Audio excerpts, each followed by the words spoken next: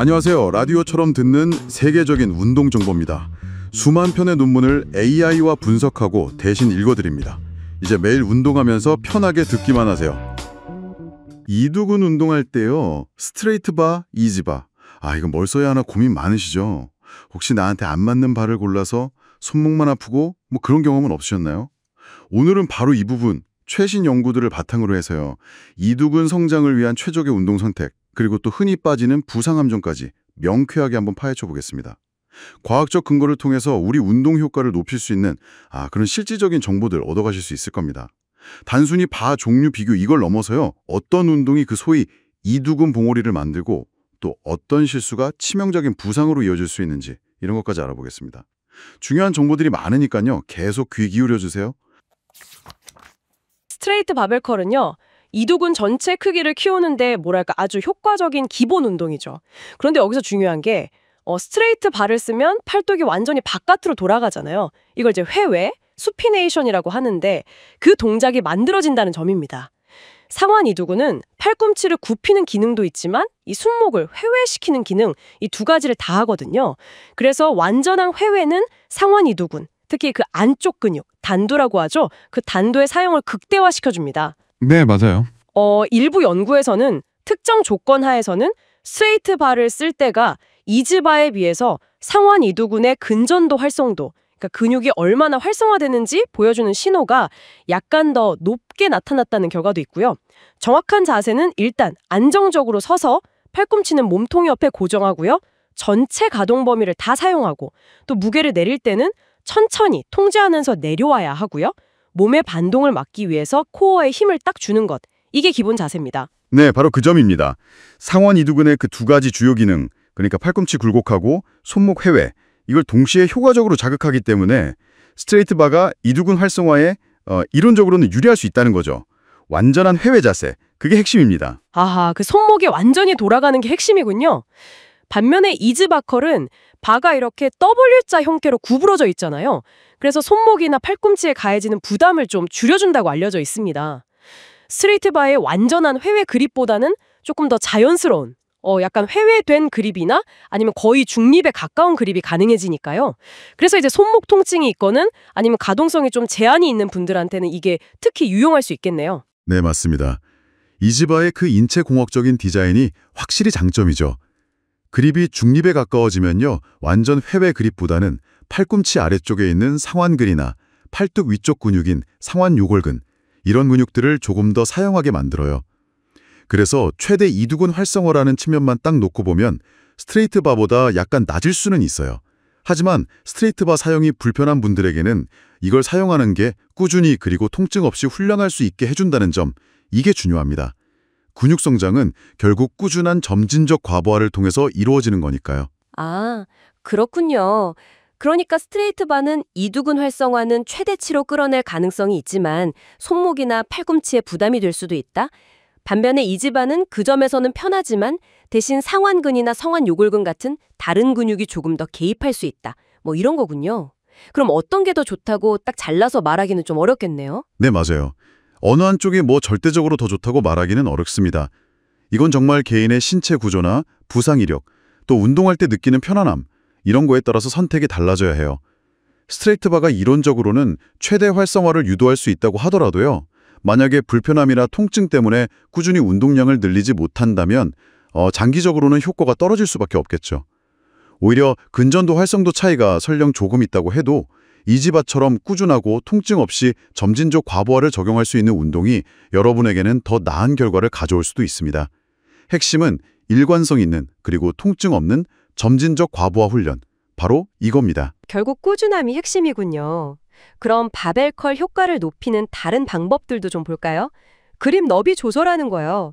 좁게 잡으면 이두근 바깥쪽, 그러니까 장두를 더 자극하고 넓게 잡으면 안쪽, 단두를 더 자극할 수 있다고 하잖아요. 네, 그렇죠. 그리고 팔꿈치는 보통 몸통 옆에 딱 고정하지만 통제된 범위 안에서 아주 약간, 정말 살짝 앞으로 움직이는 건 최대 수축 시에 이두근 활성도를 오히려 높일 수도 있다. 이런 연구 결과도 있더라고요. 물론 너무 과도하게 움직이는 건 피해야 하고요. 네, 그립 너비 조절은 목표하는 부위에 따라서 아주 유용하게 활용할 수 있는 방법이죠. 팔꿈치 움직임에 대한 부분도 흥미로운 지점인데 중요한 건 말씀하신 대로 통제된 움직임이어야 한다는 겁니다. 과도하면 안 돼요. 그리고 또 하나, 무게를 내리는 동작, 즉 신장성 구간이죠.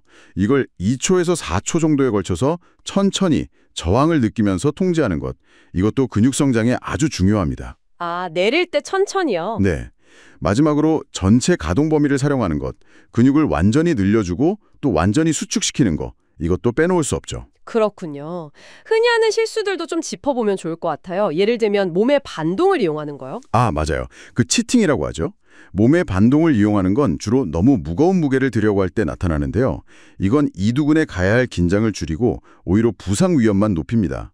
그래서 적절한 무게를 선택하는 게 정말 중요해요. 또 가동 범위를 짧게 가져가는 거요.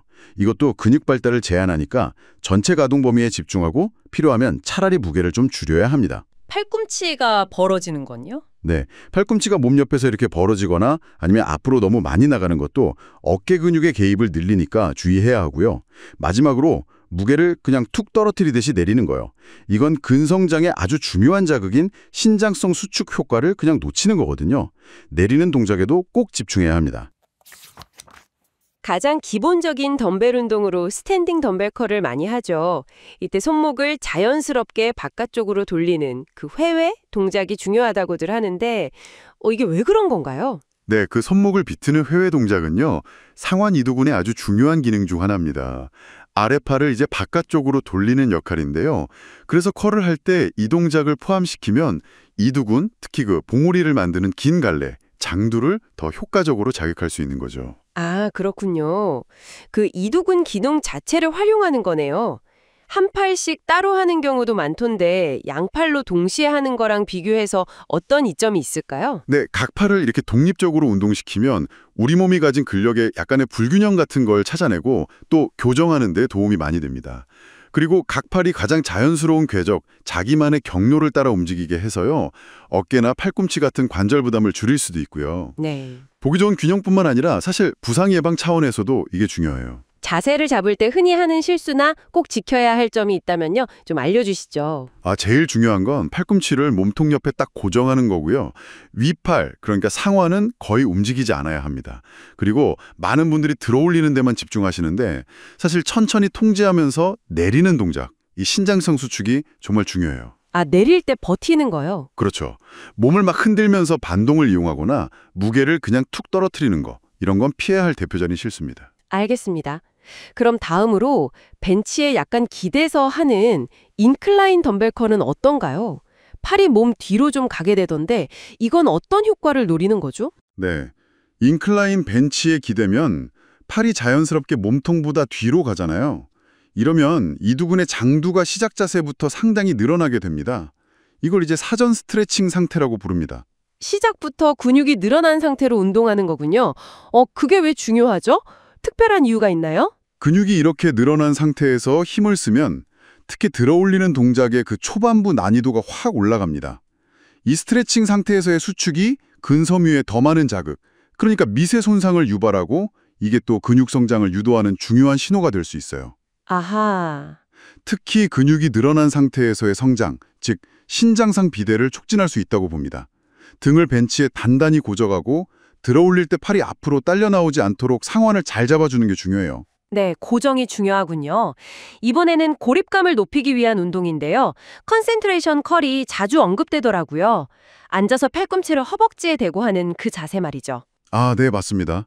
컨센트레이션 컬은 팔꿈치를 허벅지 안쪽에 딱 고정시키잖아요. 이러면 몸의 반동이나 어깨 같은 다른 근육의 개입을 거의 완벽하게 차단할 수 있어요. 정말 오롯이 이두근의 힘만 사용하게 되는 거죠. 네. 그래서 근육의 수축과 자극에 훨씬 집중할 수 있습니다. 흔히 말하는 마인드 머슬 커넥션, 근육-마음 연결을 강화하는 데 아주 좋습니다. 이두근 봉우리를 만드는 데 좋다는 이야기도 있던데요. 그건 어떤 원리인가요? 네, 맞아요. 동작의 정점에서 이두근을 아주 강하게 쥐어짤 수 있기 때문에 그 봉우리 발달에 기여한다고 알려져 있습니다. 주로 짧은 갈래, 단두 발달에 좀 더 효과적이라는 분석이 많고요. 물론 근데 이두근의 시각적인 봉우리는 장두와 단두 모두의 균형 잡힌 발달, 그리고 수축 능력의 결과라고 봐야 합니다. 그렇군요. 두 갈래 모두 중요하네요. 그렇다면 마지막으로 손바닥이 서로 마주보게 잡고 하는 해머컬은 어떤 다른 점이 있나요? 그립이 다르잖아요. 네, 해머컬은 망치를 잡는 듯한 중립 그립으로 수행하죠. 이렇게 그립을 바꾸면 주된 자극 부위가 상완 이두근에서 그 아래쪽에 있는 상환근, 그리고 팔뚝 근육인 상완 요골근 쪽으로 좀 이동합니다. 아, 이두근 바로 아래 근육이랑 팔뚝이요? 네, 상완근이 발달하면 이두근을 밑에서 이렇게 밀어 올려서 팔 전체의 두께감을 더해주고요. 상완 요골근은 전환, 즉 아래팔 근육 강화에 직접적으로 기여하죠. 와, 그러니까 해머컬은 이두근 봉우리뿐만 아니라 팔 전체적인 두께나 아래팔 근육, 심지어 악력 강화에도 도움이 되겠네요. 정확합니다. 그래서 전반적인 팔 근육의 어떤 볼륨감이나 기능 향상에 아주 중요한 운동이라고 할 수 있습니다. 결국 보면 뭐 최고의 이두근 운동 하나를 딱 찾기보다는 이렇게 다양한 컬 운동들을 잘 조합하는 게 중요하겠군요. 인클라인 컬처럼 최대한 늘려주는 운동도 하고 또 컨센트레이션 컬처럼 최대한 수축하고 고립하는 운동, 그리고 스탠딩 컬이나 해머 컬처럼 그립을 달리하는 운동들을 골고루요. 네, 바로 그거죠. 다양한 각도와 그립, 그리고 스트레칭과 수축 방식을 활용해서 팔꿈치를 굽히는 주요 근육들 있지 않습니까? 상완 이두근, 상환근, 상완 요골근, 이 모두를 균형 있게 발달시키는 것이 핵심입니다. 예를 들어서 조투만 컬 같은 경우는요, 올릴 때는 손바닥이 위로 가게 회회하고 내릴 때는 손등이 위로 가게 회내 전환하면서 이 모든 근육들을 한 번에 자극하는 아주 좋은 예시가 될 수 있습니다. 이두근 운동할 때 그 프리웨이트랑 케이블 머신, 이게 저항을 주는 방식이 확실히 다르죠? 네, 맞아요. 프리웨이트는 아무래도 중력 때문에 딱 특정 구간, 보통 중간쯤에서 저항이 가장 세잖아요. 그렇죠. 근데 케이블은 그 도르래 시스템 덕분인가? 움직이는 내내 거의 꾸준하게 긴장을 준다는 거고요. 네, 바로 그 지속적인 긴장, 이게 케이블 운동의 아주 중요한 특징입니다. 프리웨이트 컬은 보통 팔을 이렇게 들어 올리는 중간 지점이 제일 힘들고 시작이나 거의 다 올렸을 때는 상대적으로 좀 쉬워지는데 케이블은 운동 시작부터 끝까지 근육이 계속 일을 하게 만들죠. 쉴 틈이 거의 없어요. 아, 쉴 틈이 없다. 그러면 그 지속적인 긴장이라는 게 구체적으로 근육 성장에는 어떤 좋은 점이 있는 건가요? 그냥 계속 힘든 거 말고 다른 의미가 있을까요? 네, 중요한 부분인데요. 이 지속적인 긴장이 근성장을 좀 여러 방식으로 도울 수 있습니다. 첫 번째는 세트하는 동안 근육이 긴장 상태에 있는 총 시간, 그 TUT 있잖아요. 타임 언더 텐션? 이걸 늘려줘요. 아, TUT요? 네. 근성장에서 TUT가 또 중요한 변수 중 하나거든요. 그리고 두 번째는 근육이 계속 일을 하니까 젖산 같은 대사부산물이 더 많이 쌓이게 돼요. 네. 이런 대사 스트레스가 뭐랄까 근형질 비대라고 해서 또 다른 근성장 경로를 자극할 수 있는 거죠. 아하. 그리고 쉬운 구간이 없으니까 운동 내내 집중해서 근육이랑 마음 연결하는 거 있잖아요. 그거 강화하는 데도 좀 도움이 되고 어쩌면 더 많은 근섬유를 동원하게 만들 수도 있고요. 특히 그 동작 맨 위에서 꽉 쥐어짤 때 수축감을 느끼기에도 좋죠. 와, 이게 단순히 긴장만 유지하는 게 아니라 근성장을 위한 다른 길들도 막 열어주는 거네요. 흥미로운데요. 그러면 기본적인 케이블 컬은 어떤 게 있을까요? 가장 기본은 이제 낮은 도르래에 스트레이트 바나 아니면 이지바 같은 거 연결해서 하는 스탠다드 케이블 컬이죠. 네. 이때 중요한 건 팔꿈치를 몸통 옆에 깍 붙이고 팔을 완전히 폈다가 끝까지 올리는 전체 가동 범위로 하는 거. 그리고 특히 올렸을 때 이두근을 아주 강하게 쥐어짜는 게 좋습니다. 쥐어짜는 거요? 네. 이게 이두근 최대 수축력의 한 80%까지도 활성화할 수 있다고 하더라고요. 그리고 만약 로프핸드를 쓰면 손바닥이 서로 마주보는 중립 그립이 되잖아요? 네. 그러면 이두근뿐 아니라 그 상완근이나 상완 요골근까지 팔의 다른 근육들도 같이 자극할 수 있어요.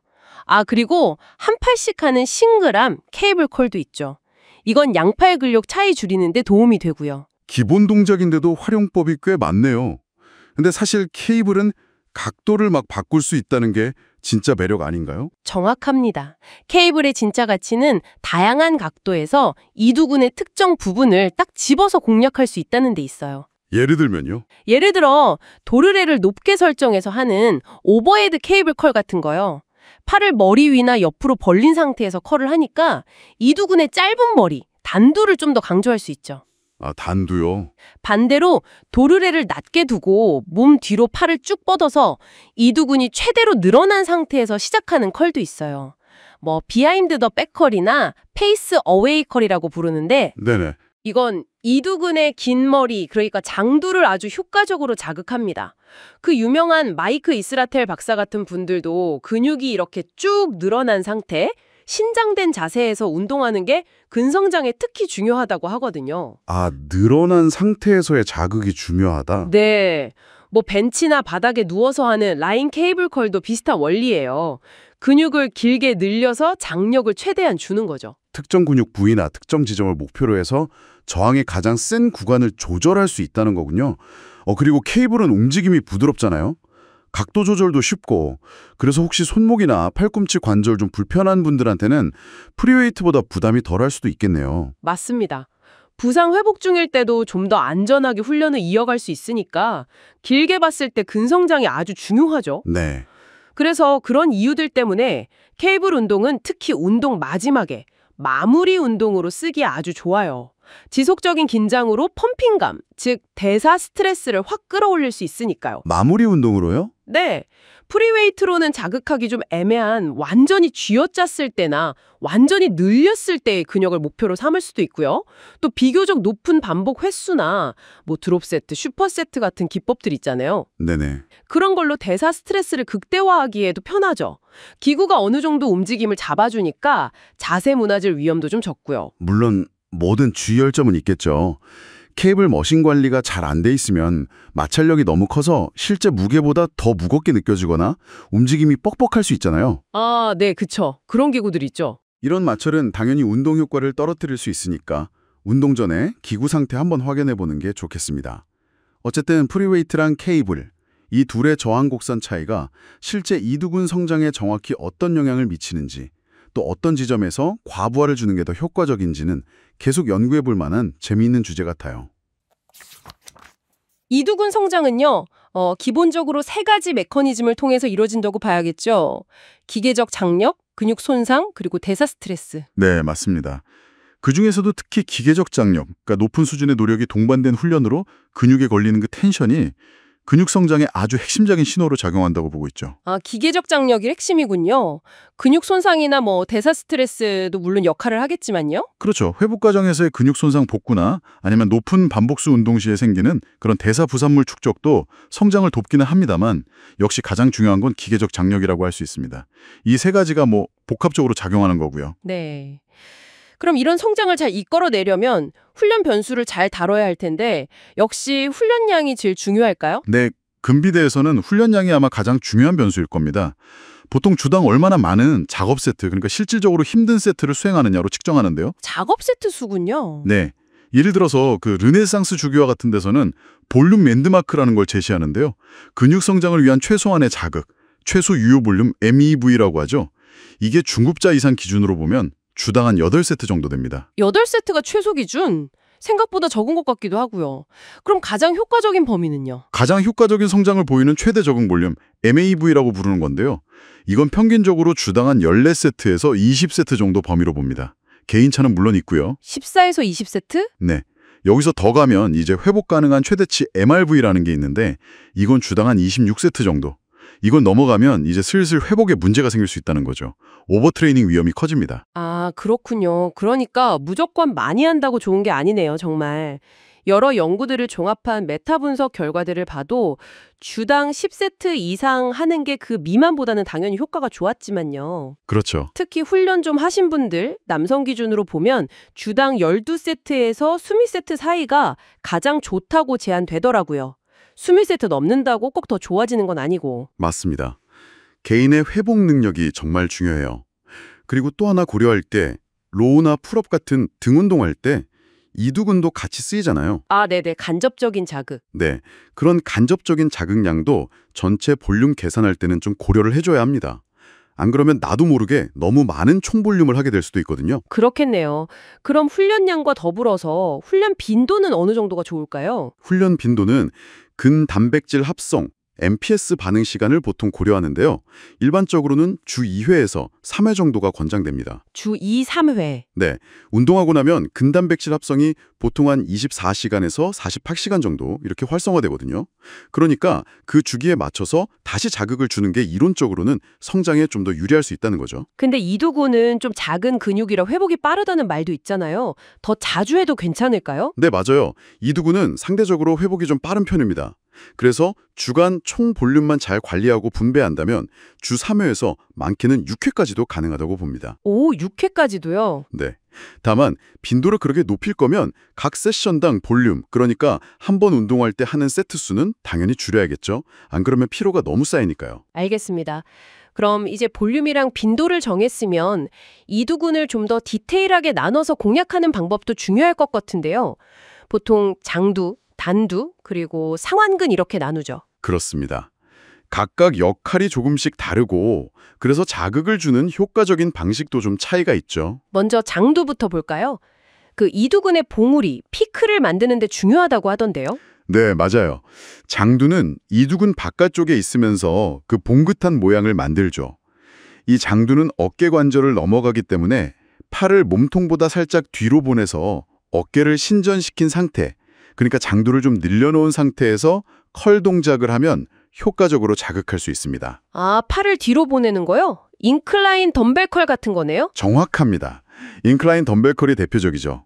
팔꿈치를 몸 뒤쪽에 고정하고 하는 게 중요하고요.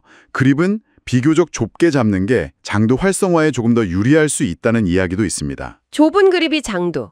그럼 팔 안쪽 두께를 만드는 단두는요? 이건 어떻게 해야 되죠? 단두는 반대로 팔꿈치를 몸 앞으로 좀 가져와서 어깨를 약간 굴곡시킨 상태에서 운동할 때 더 자극이 잘 됩니다. 이 자세에선 장두가 좀 느슨해지면서 개입이 줄거든요. 아, 팔꿈치를 앞으로. 프리처 컬 같은 건가요? 네, 맞아요. 프리처 컬이나 아니면 컨센트레이션 컬처럼 팔꿈치를 고정하고 하는 운동들이 단두를 집중 공략하기 좋습니다. 그립 너비는 장두와 반대로 좀 넓게 잡는 것이 단두 활성화에 더 도움이 된다는 연구 결과들이 있고요. 넓은 그립이 단두. 알겠습니다. 그럼 마지막으로 상완근은요? 이게 이두근 아래에 있어서 전체 팔 두께에 중요하다고 하던데요. 네, 상완근 정말 중요합니다. 이두근 바로 밑에 깔려 있어서 팔 전체를 두껍게 보이게 하는 데 큰 역할을 하죠. 상완근은 팔꿈치를 굽히는 역할만 하거든요.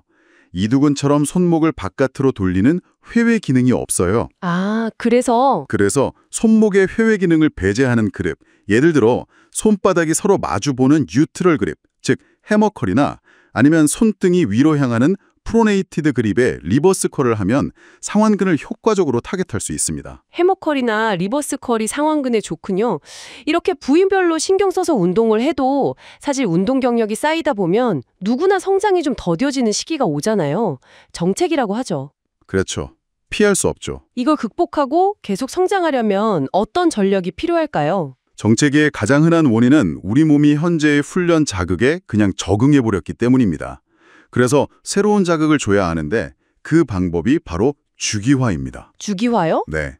훈련 변수들, 그러니까 훈련 양이나 강도, 운동 종류, 빈도, 쉬는 시간 같은 것들을 계획적으로 계속 바꿔주는 거죠. 뭐 선형 주기화나 파동형 주기화 같은 여러 모델들을 활용해 볼 수 있습니다. 단순히 운동 종류만 바꾸는 게 아니라 볼륨이나 강도 같은 여러 요소를 다 조절하는 거군요. 맞습니다. 여러 변수를 종합적으로 관리해야 효과적인 새로운 자극을 줄 수 있죠. 그리고 주기화만큼이나 중요한 게 또 하나 있는데요. 바로 디로딩입니다. 아, 디로딩. 계획적으로 쉬는 거 말씀이시죠? 네. 의도적으로 한 일주일 정도 훈련 강도나 볼륨을 확 줄여서 그동안 쌓인 피로를 싹 풀어주는 겁니다. 그러면 몸이 회복되면서 다음 훈련 자극에 더 민감하게 반응할 수 있게 되거든요. 이게 쉬는 것 같지만 실제로는 더 나아지기 위한 준비 단계군요. 정확합니다. 많은 분들이 디로딩 기간에 근육 빠질까 봐 걱정하는데 장기적인 성장을 위해서는 정말 필수적인 과정입니다. 일종의 투자라고 봐야죠. 그리고 당연히 현재 우리의 훈련 수준, 뭐 초급자인지 중급자인지 고급자인지에 따라서 필요한 훈련량이나 프로그램의 복잡성도 달라져야 하고요. 이걸 잘 조절하는 게 꾸준한 성장의 핵심입니다. 운동 정보 너무 많고 복잡하셨죠? 저희가 믿음직한 운동 나침반이 되어 핵심만 정확히 짚어드리겠습니다. 운동하며 똑똑해지는 경험, 구독 버튼으로 지금 바로 시작해보세요. 어떤 주제가 궁금한지 댓글로 알려주시면 저희가 대신 연구하겠습니다. 지금까지 라디오처럼 듣는 세계적인 운동 정보였습니다.